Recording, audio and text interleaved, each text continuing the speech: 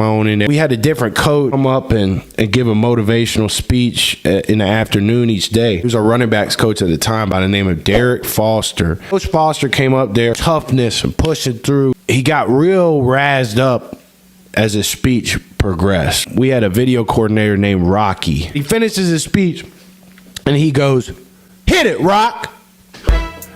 And Set It Off by Boosie Badass played. As a young white man, it was my first time hearing that song, Set It Off. Yeah, we finna set it off. You heard me? I'm finna put you in the trash bag. Tired of all these knowing me right now, for real. You wanna talk shit? You wanna run your mouth? You want some gangster strut your mother in the house? We are set this job. Yeah. And that was my first time hearing Set It Off at Samford University. It was the third or fourth week of camp. We were about where teams are right now. Right before the season, everybody's pissing and moaning. We had a different coach come up and give a motivational speech in the afternoon each day. He was our running backs coach at the time by the name of Derek Foster. Coach Foster came up there, toughness and pushing through. He got real razzed up as his speech progressed. We had a video coordinator named... Welcome back to the show, ladies and gentlemen. God damn, my hair is messy. Let's put a hat on. We are late as shit today, man. God. But we still here. We're still here. I'm wearing dress pants. 80! He's hot! Kill! 80! He's hot! Yeah. Blue 80! Blue 80's hot! It's hot! All right, let's get it. Oh, welcome back, man. Hey, listen, I'm late as shit.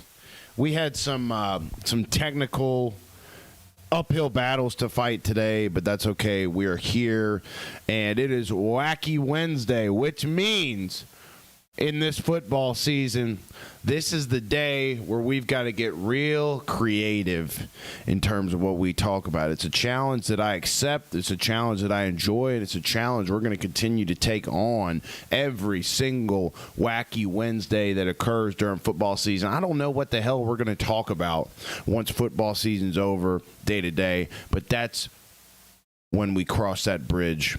We'll cross that bridge when we get to it, right? We got baseball going on. Listen, I don't give a flying fuck about baseball if the Cincinnati Reds are not playing. I'm sorry, but I'm not sorry. The Dodgers are... I don't like the Dodgers. I don't really like the city of L.A. I know that's kind of an NPC opinion these days. I don't like the Dodgers. I don't really... I mean, it's obvious they're going to win the World Series, and they just... Big market team...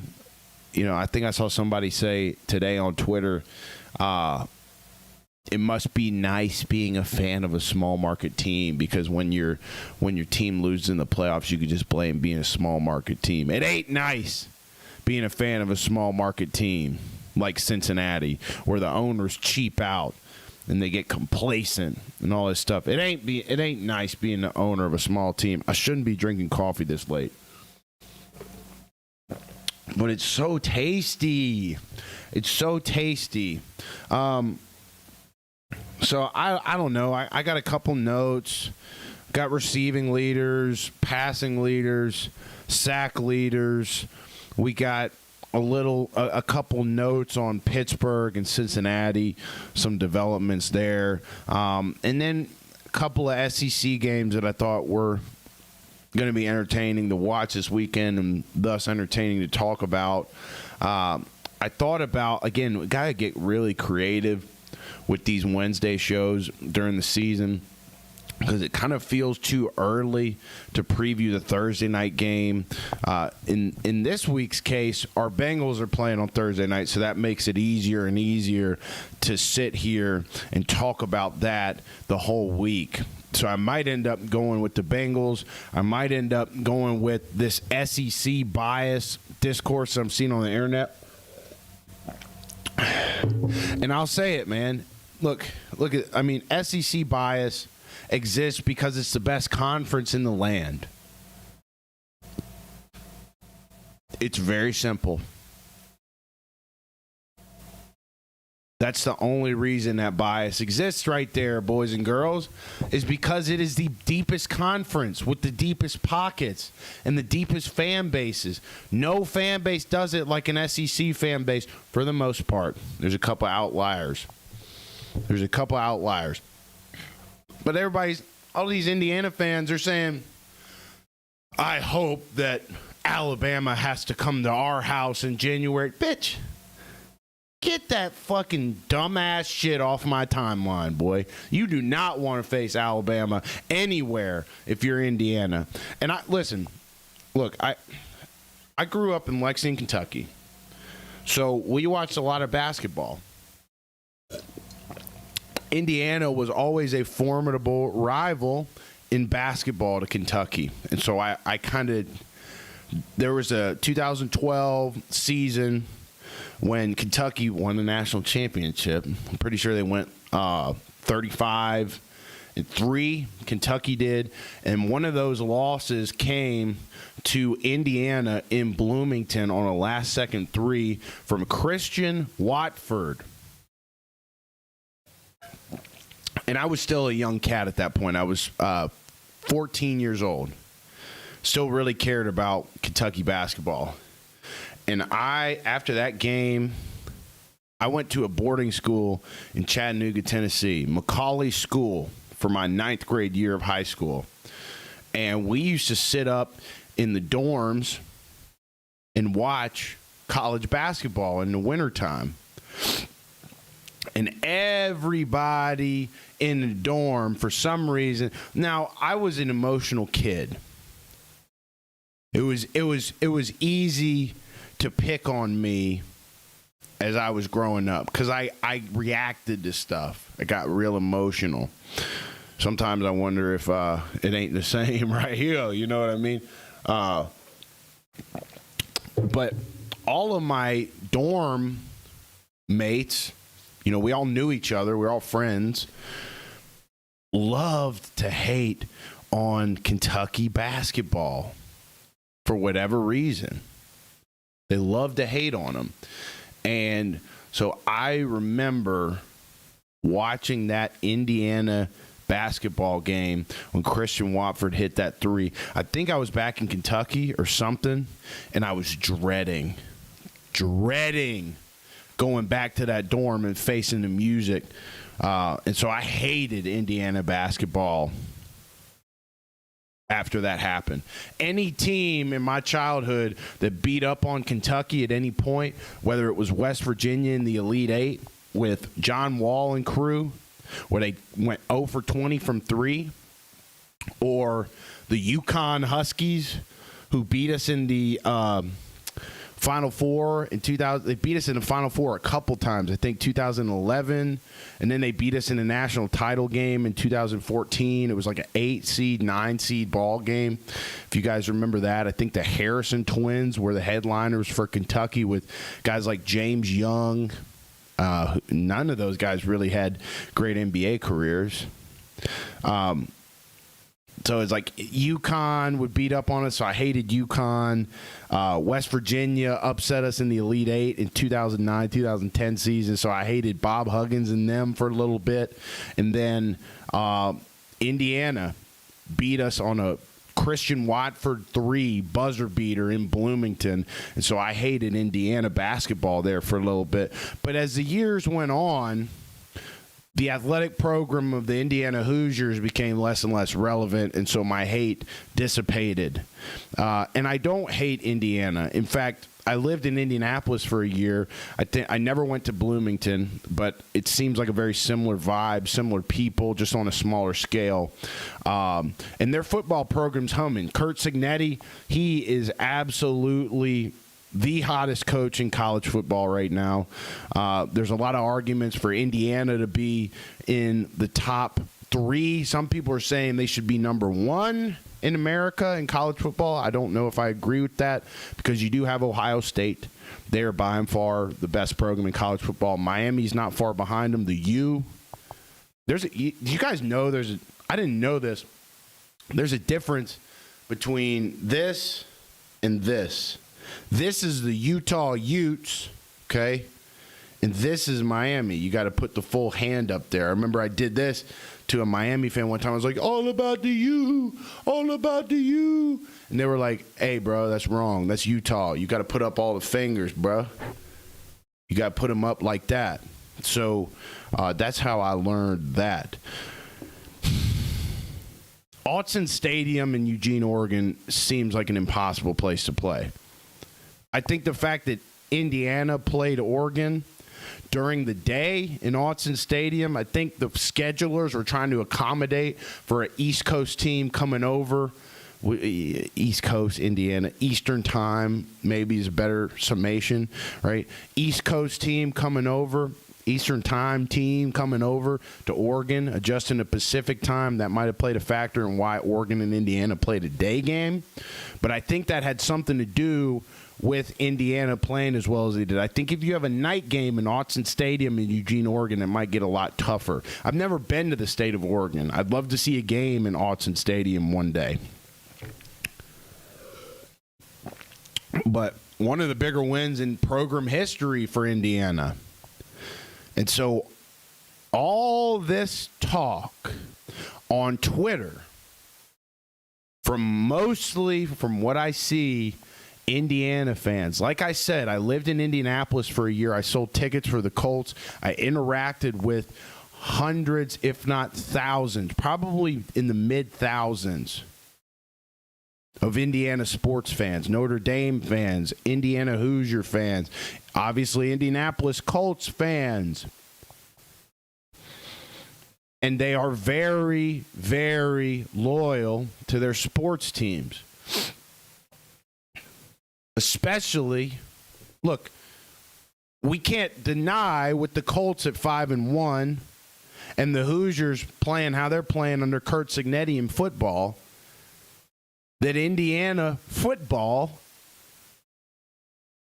is the creme de la creme right now. We can't argue that. Jonathan Taylor, I think, is the leading rusher in the NFL right now. I didn't get leading rushers. I know Rico Dowdle's top 5, which surprised me. Javonte Williams for Dallas is top 5. You got Jonathan Taylor at the top. But I digress. Look, I get it. It's fun when college team, like, could you imagine? I grew up in Lexington, Kentucky. So could you imagine, this would never happen, by the way, if the Cincinnati Bengals were tied for the best record in the NFL and the Kentucky Wildcats were one of the best teams in college football? The fans of that area would probably be insufferable.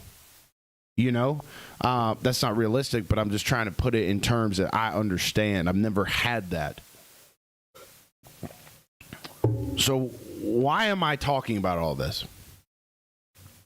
I'm talking about all this because there's a large argument. There's a large cohort of people online, especially Twitter, talking about something that's called an SEC bias. Their argument, and this is coming from Big Ten fans. Washington fans are complaining about it. We're 5-1 and we haven't cracked the top 25. Washington fans are complaining about it, and I hope they hate me saying it that way. I don't mean to sound like I got a chip on my shoulder. It's just delusional. Listen, it's just delusional to say that the SEC is not the best conference in college football and probably in all of sports, definitely in all of sports right now in the land. It's delusional. Let's take a look. We can wait. We can wait to take a look. I have a list of all the teams in the SEC that I think would have a chance of beating Indiana, and I think the number is at about 10. Okay? And then you look at the Big Ten, And you obviously have the cream of the crop in college football in Ohio State right now. There's no arguing that. Ryan Day and the boys have got it figured out over there at Ohio State. Okay? But if you look past Ohio State, you look past Indiana, who else is really in the Big Ten? You got Michigan with a freshman quarterback. They've come off a couple tough losses. And then who else? You look week to week in the Big Ten, it's Maryland. It's Northwestern. Penn State has proven to not be the power that everyone thought they were. Give me some other Big Ten teams. Illinois got spanked by Ohio State. Who else? Iowa. I haven't heard much about Iowa. Wisconsin stinks. Who do you really have in the Big Ten outside of Ohio State and Indiana? Washington's saying, we're 5-1, we're 5-1. Who have they beat? Who have they beat? I'd love to say that I did my research and I know every single team that they beat is trash, but I don't know who they played. I don't know. And it seems like the main culprit of online crybabies about SEC bias right now are Indiana fans and Washington fans. Let's look at the SEC. Hold on. You're going to see SEC couples right now, and we'll get into that in a second. All right. Here's the SEC. Okay? If we're talking about teams that I think could beat Indiana, I'm looking at Ole Miss. That's 1. 2, Texas A&M could beat Indiana. 3, Texas A&M, by the way, might be one of the best programs in the country right now. And it pains me to say that because, you know, people that went to Texas A&M are kind of weird. Okay?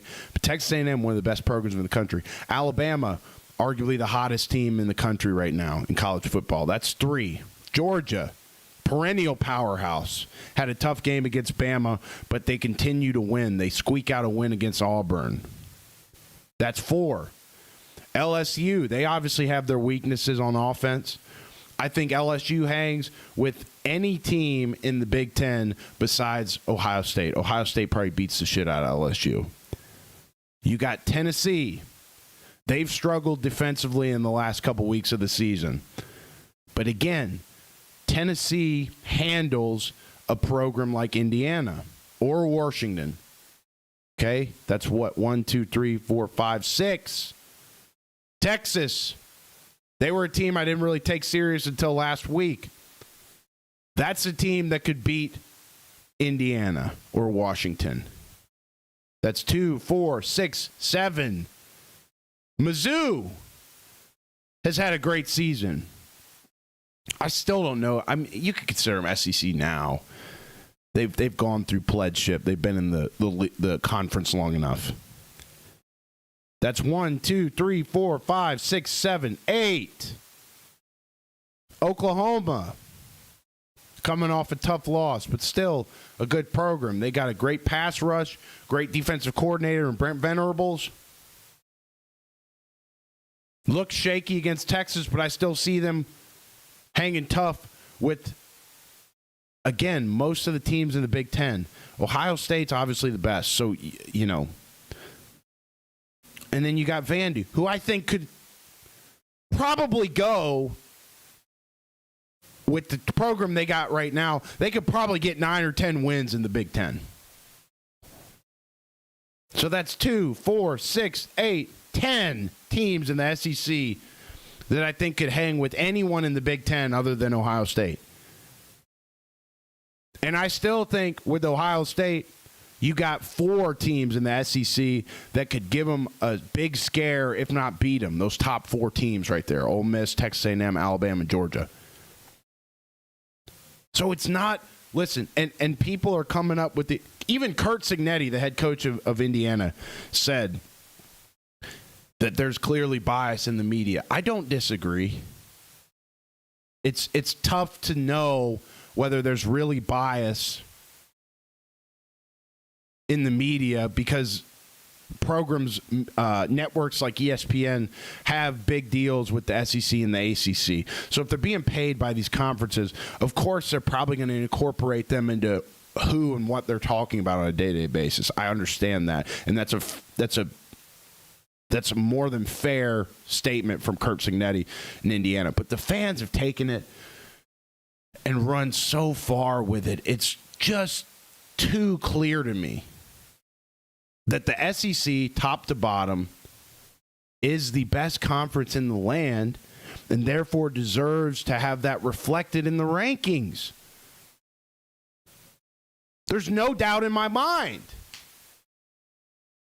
I grew up in an SEC town. I get it. I don't really consider Kentucky to be a true SEC football program. I don't think their AD, Mitch Barnhart, is serious. Or if he's serious, he's just got chronic head in ass syndrome. Keeping Stoops around the way he's kept him around. And these buyouts, by the way, with college football head coaches is ridiculous. It's absolutely ridiculous. I don't know when this started or when this precedent was set to give these coaches $50 million, $70 million to be shit at their jobs. I saw an interesting contract clause with James Franklin where he has to actively seek work. So he can't just sit around and collect the money from Penn State. It is in the fine print of his contract. I wish I'd saved the tweet or the image that I'd seen so that I could give you guys specific details. But in James Franklin's contract, I know this to be a fact with Penn State, he must seek work. And if the new job he gets, I believe if it pays either more or less than $8 million, maybe it's more, that Penn State's only got to cover the difference on the buyout. So there's a lot of interesting contract language in these coaches' contracts as it regards to buyouts. That's why Mark Stoops hasn't been fired from Kentucky. Because head and ass Mitch Barnhart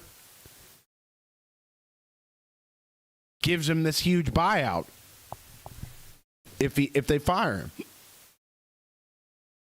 And word on the street with Florida donors, as it pertains to the Florida Gators, are already telling the football program that they will stop donating money to the Florida football program if Florida's athletic department does not pursue a new direction for the program. So I'm not sure who Florida has this weekend. I haven't done my due diligence on the wide array of college football games going on this weekend, other than a few. But I would be willing to guess that if Florida doesn't get the win this weekend, Billy Napier's not going to make it through the weekend as Florida's football coach. In other news, we've got Ole Miss, number 5 Ole Miss, going to Sanford Stadium in Athens, Georgia, to play the number 9 Bulldogs. Georgia, 7.5-point favorites. They've got to figure out how to start games faster. I saw Kirby Smart praising Trinidad Chambliss, the new quarterback of the Ole Miss Rebels, as of a couple weeks ago. And Kirby said, I don't know who the hell was scouting this guy, how the hell they found him, but he's a special player. He's able to make plays with his legs. He's able to make good decisions, specifically in the RPO game. And it's going to be a tough one for Ole Miss.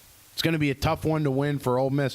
When I was down in Oxford 2 or 3 weeks ago, this game was all anyone in Oxford could talk about. They were circling this on the schedule. They were saying, hell, man, I don't think we win that one. I really don't think we win that one. But now you got this program. Some people think Ole Miss is rated a little high at number 5. You got some good wins under the belt. They're undefeated. And this will be a fun one. 7.5 points. It's a pretty big spread for a game like this, I think. But Georgia's a great team. They got big physical players on defense. They fly to the ball. Gunnar Stockton, I think, has exceeded expectations at quarterback.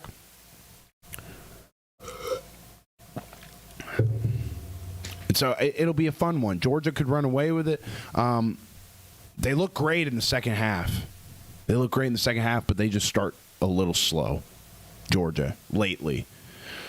So that'll be an interesting one in Athens. You also got number 11 Tennessee at number 6 Alabama. Again, Alabama coming in at 7.5-point favorites. I mentioned this earlier. Tennessee's fallen off defensively. They got 2 of their best corners hurt right now, so it'll be interesting to see if they come back this week against Bama. Big game. One of these corners for Tennessee is going to be a playing on Sundays. He's a great player. I don't know his name, but I've seen some clips of him.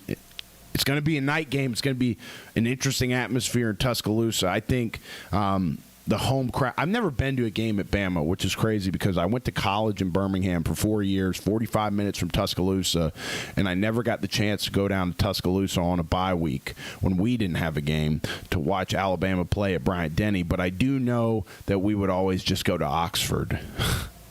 We would go to Oxford instead of Tuscaloosa. But that's a night game. That's going to be a really, really interesting game. Chicken Nuggets is king.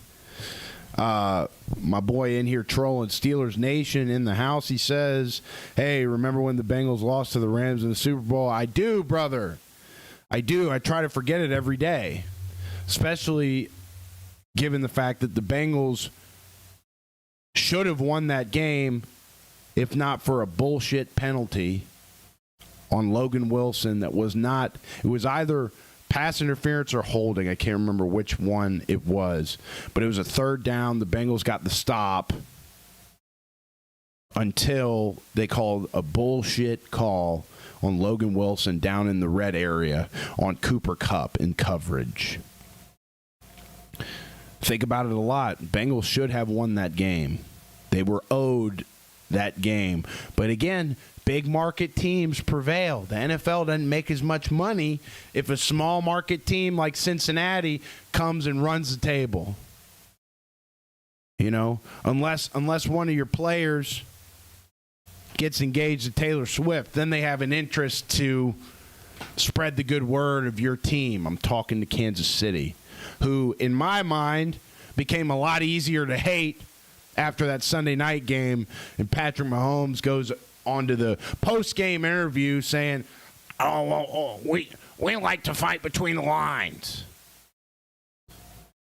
That motherfucker's a cop, man. I don't care what anybody says. He's literally a cop in a different life that not many people like dealing with. It's very fun and easy for me to hate on the Chiefs. I feel kind of emotionally removed from the game lately because my Bengals have underachieved, and so I have to emotionally detach myself or else I get cancer, right? And then the Chiefs still look to be the Chiefs, but with their slow start, it's been harder to hate on them. But I see that hatred possibly coming back as they welcome Mr. Rashee Rice back to the fold. Mr. Rashee Rice. Totally clean legal record, that guy. Great dude, never wrecks his Lambo speeding, racing 120 miles an hour and walks away from the scene. He would never do that. Somebody subbed on Kick, I guess. Google Rabbit Discord 9003168. Thank you for the follow, brother or sister. Yeah, on this Wacky Wednesday, like I said, we always got to try and get creative with our subject matter on a Wednesday in the football season because we've already hashed out all of the rumblings from the prior week. And we still got a little time before football picks back up on a Thursday. And we obviously want to hold the Thursday night preview until the Thursday show. And then Friday, we talk about what happened on Thursday. And then Monday, we talk about what happened the whole weekend. And then Tuesday, we talk about what happened on Monday night. I got my Unk hat over here. Wore this on the show a couple days ago. Got a little nervous wearing it because it is a bit of a statement. It's my Bruce Arians hat. Damn, it does kind of look good with the collar, huh? But I might be wearing this hat a little more because we got the Unk Bowl coming up tomorrow. 81 years, the combined age of these quarterbacks squaring off. Cincinnati Bengals season will be completely over if they drop this game to 4-1 Pittsburgh, who's been quietly cruising. I just said we weren't going to preview the Thursday night game, but I can't help myself. I'm excited and or scared for this game tomorrow, ladies and gentlemen. Probably gentlemen. My audience is mostly male, 97% to be exact. Shout out to the 3% females that tune into this show. That's a Joe Rogan-esque demographic. Okay? Pittsburgh's 0-6 against division foes on Thursday Night Football. And I think they haven't gotten attention from the national media because their games have not been pretty. They've grinded out wins. I was shocked to see on TikTok today, I was looking through my TikTok comments, a lot of Steelers fans really don't like Mike Tomlin. And I'm sitting here wondering, and I hope Chicken Nuggets is King is still in the chat, talking about his Steelers. And I'm wearing my Unk hat in honor of the Unk Bowl. I'll wear it again tomorrow. I wonder what the sentiment, the wider sentiment, not just the small sample size that I get in my TikTok comments, feel about Mike Tomlin. It opened my eyes. This guy has had winning records for I don't even know how many years in a row.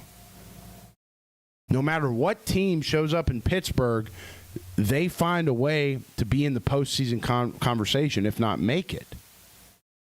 So why is my TikTok comment section being flooded with disgruntled Steelers fans talking about how they can't stand Mike Tomlin? I'm pretty sure he's the most tenured head coach in the league. It's not very often in pro football that you have a head coach stick around with one organization as long as you've had Mike Tomlin stick around with the Pittsburgh Steelers. I think that says something. And I'm sure I'll clip this and we'll get our honest input from Steelers fans on how they really feel about Mike Tomlin. But this small sample size that I saw in my video a couple days ago, yesterday, was shocking to me. If I was a Steelers fan, I'd probably be happy as a clam with Mike Tomlin.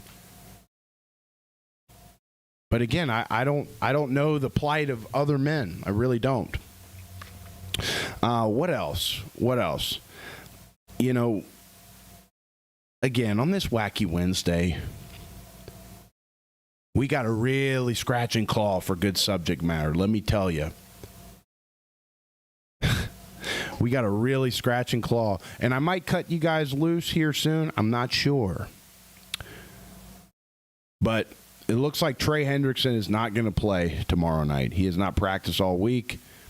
I saw a Bengals reporter from Bengals practice at the stadium today saying that Trey is nowhere to be found. He's got a hip injury. So he's doubtful. It's going to look to be Murphy and Stewart on the edges for Cincinnati tomorrow night. Murphy's played pretty decently. Miles Murphy, the guy out of Clemson. And then Shamar Stewart's been out the last 2 or 3 weeks with an injury himself. He's an explosive pass rusher, young rookie with a lot of promise. So hopefully those guys can fill in properly for Trey Hendrickson, get back there on Aaron Rodgers. But again, these old quarterbacks, these quarterbacks, have a lot of savvy to still be in the league at 40 and 41 respectively. They know how to get the ball out quick. They know what kind of plays to draw up in order to get the ball out quick. They have the awareness from all the reps they've had over the course of their long pro careers to feel pressure and make the right decision to get it out. I noticed that with Flacco against the Packers. Even though the offensive line is not good for Cincinnati and they get worked on most reps, Flacco seemed to brush it off, get it out when he needed to, and get the ball in the hands of Jamar and T. So it'll be really interesting to see how this Bengals offense handles T.J. Watt, how they handle Cameron Hayward, and the rest of the supporting cast. I think they got a light-skinned guy on the front there for Pittsburgh, Highsmith, number 55. A light-skinned fella, a caramel-colored fella that plays pretty good football. I think he's got some freckles on his face. So, again, we'll preview a lot of this when it comes time to do so tomorrow. But I just can't help myself. I got my Unk hat sitting here, and we got the Unk Bowl on Thursday night, tomorrow night. So, it'll be exciting. The Bengals have to win this. They absolutely have to win this. It's going to be a division game. Anything can happen.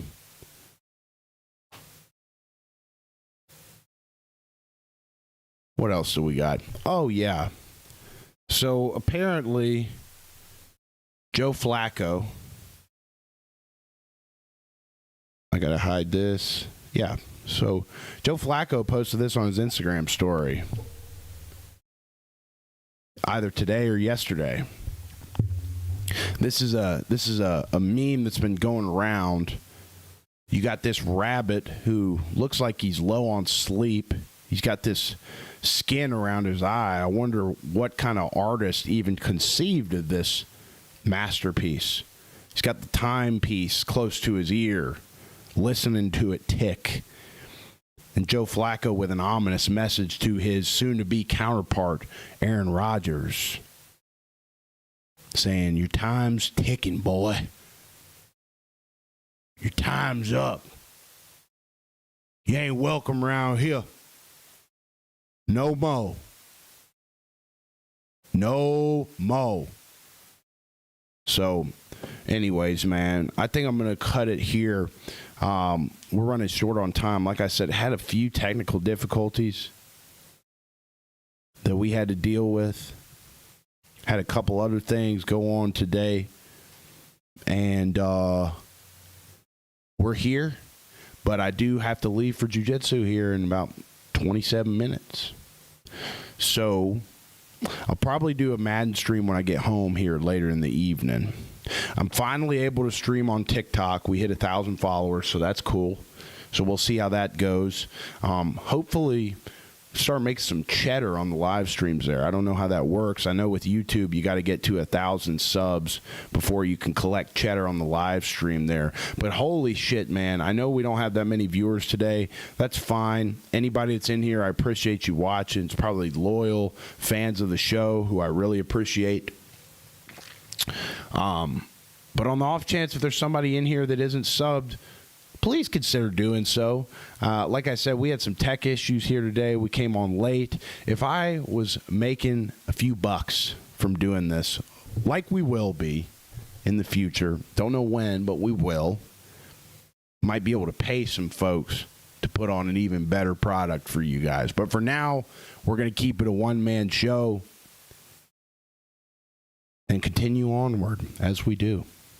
Look, subscribe. Bare minimum, like this shit so that more people see it. We spread the good word. I'm excited to watch the Unk Bowl tonight. Excited to go to some jiu-jitsu, some thug jitsu here in a minute. And we'll see you guys tonight on Madden Stream. I don't think I'll have time to hop on right now, but I really want to hop on and test out this TikTok stream. So we'll hop on when we get back from Thug Jitsu. How's that sound, baby? Probably around like, let me think, 10 Eastern, 10:30 Eastern, something like that.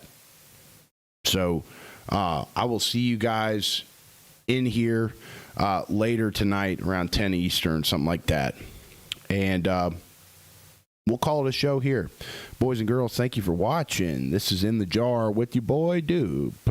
And that's where we end it.